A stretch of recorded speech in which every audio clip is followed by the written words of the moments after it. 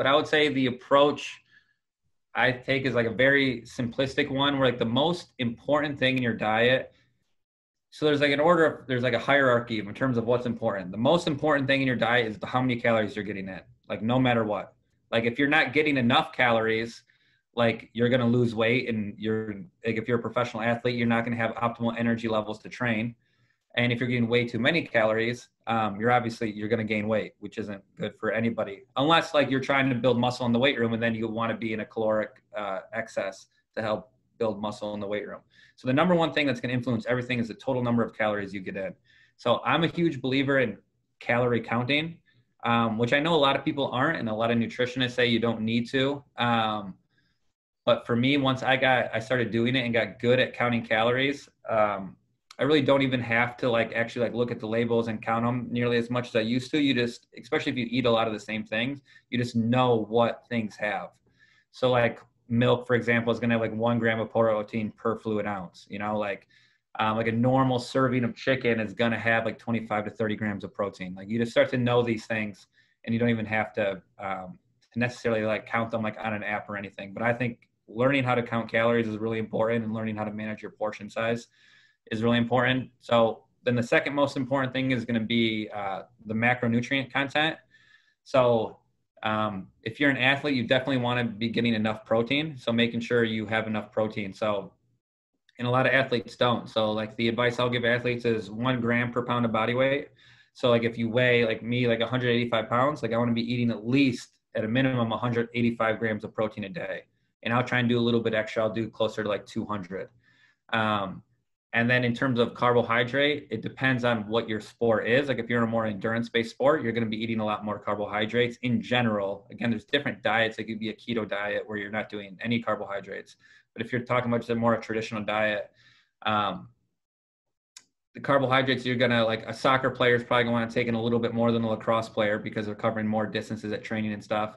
And you guys, the amount of carbohydrates you take in is going to be a little bit more important than like a golfer, something like that. And then in terms of fat, it's kind of like, it's just, I look at it as like the filler macronutrient to like kind of just, if you're getting enough protein, you're getting enough carbohydrate for your sport, whatever is left in terms to get your total caloric needs, whether you're trying to gain weight or lose weight, the rest is just filled in with fat. Yeah, you don't want to be, and then obviously there's fats that are a little bit better or worse than others, like saturated fat coming from meat, coming from avocados, things like that can be a little bit better than like the unsaturated fat that's coming from like things that are in like potato chips and different oils like that. So then if you have the total number of calories that you're eating down, you have like the total number of macronutrients down, then the third thing is going to be timing. So again, you don't want to eat a lot of fat, like going into a training session or immediately after a training session, just because fat slows down digestion. It takes a lot of time to get through your system. So you're usually going to want to take in the vast majority of your fat, like well before or well after training. And then probably the carbohydrate piece is the one that's influenced the most by training, is you're going to want to make sure you have enough carbs going into training, and you want to make sure you replace those carbs pretty quickly after training. And then protein, you definitely can still have some protein before training, but it's something that depends on someone's stomach. Like I would have no problem like drinking 2 protein shakes and then going out and training. They wouldn't affect me. But some people having a lot of protein pre-training isn't great for them. So it's okay. Let's limit the protein immediately pre-training, but then make sure we're getting a ton of protein post-training. So I would say when you're getting the protein, is going to be variable, just kind of based on the person.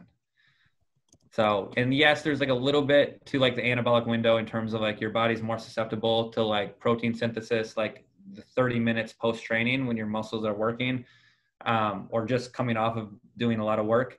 But I would say that's less important than the total amount of protein you get throughout a day. So like necessarily getting 30 grams of protein immediately post practice, that's less important than getting like the total number through whatever your total number is throughout the day.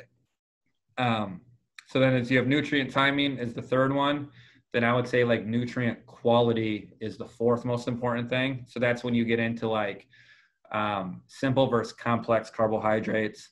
That's when you get into like saturated versus unsaturated fat. That's when you start to get into like organic versus non-organic meat and things like that.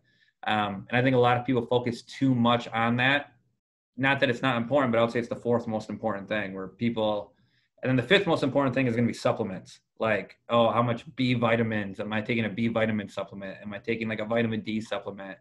How much caffeine am I taking in? Things like that. So I would say that's the fifth most important thing, but that's the thing I feel like I get the most questions about and people are concerned about the most. Like, oh, what supplement should I, like you get the question like, oh, coach, what supplement should I be taking?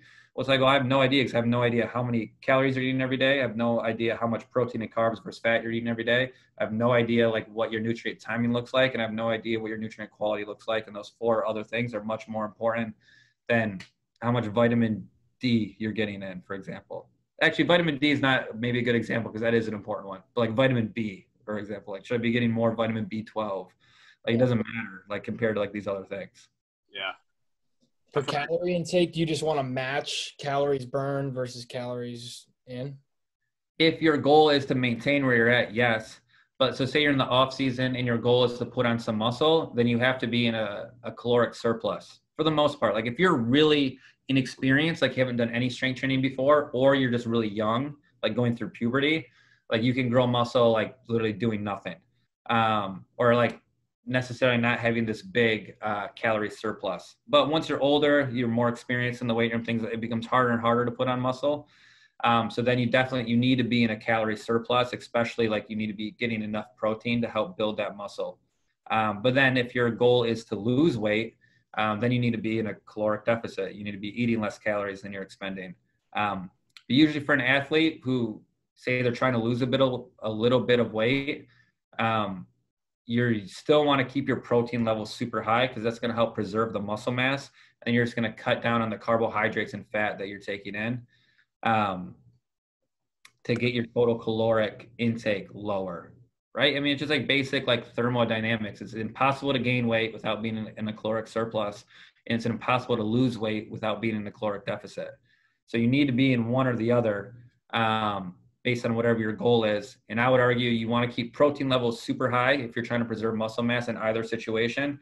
And then if you're trying to lose, I would say probably cut out a little bit of carbohydrate, cut out a little bit of fat, and then just kind of play with those two macronutrients to get the desired outcome. So say like you're trying to lose like a good goal would be like 2 pounds a week or something like that. So I'm losing 2 pounds a week. So say I'm pretty good at counting my calories. I'm taking in 2,400 calories a day. I lose 2 pounds that week. Sweet. Next week I lose 2 pounds. Sweet. Next week I lose 1 pound. Okay. Next week I stagnate. Next week I stagnate. So it's like 2 weeks of not losing any weight. And it's like, okay, I probably need to either increase my activity or decrease my caloric intake. So say you can't do any more activity, like you're already doing a ton. So then be looking at, okay, I'm typically getting in like 80 grams of fat a day. Let me cut that down to 65 grams of fat a day and then see if my weight continues to go down. One thing you mentioned that I hadn't heard before, obviously you mentioned like the amount of protein intake that you get. And obviously you hear all the time, like drink a protein shake after your workout, replace your protein. But you mentioned needing to get the right carbohydrates in and then replace those carbohydrates after the workout. Like me personally, I feel like I've never heard someone talk about needing to replace the carbohydrates after you work out. Why do you have to do that? So carbohydrate is your body's preferred fuel source, especially during like high intensity activity. So like a lacrosse practice, for example, is like that's a high intensity activity. So your body is burning like glucose that's in your bloodstream. And then when it runs out of that, it's going to be burning glycogen that's in your muscle. So glycogen is just stored sugar essentially, or like stored carbohydrate. So you're depleting like muscle glycogen stores and glucose stores when you're exercising during practice, and you want to get those levels back up to normal by eating carbohydrates post-practice. There's a little bit different mechanism with protein, because in protein, what you're doing is if you're training really hard, you're damaging the muscle during training, and then you want to make sure the body has like the building blocks, the amino acids, the protein post-training to repair that muscle to come back. So one is like repair and recovery, and then one is just like replenishment of muscle glycogen stores.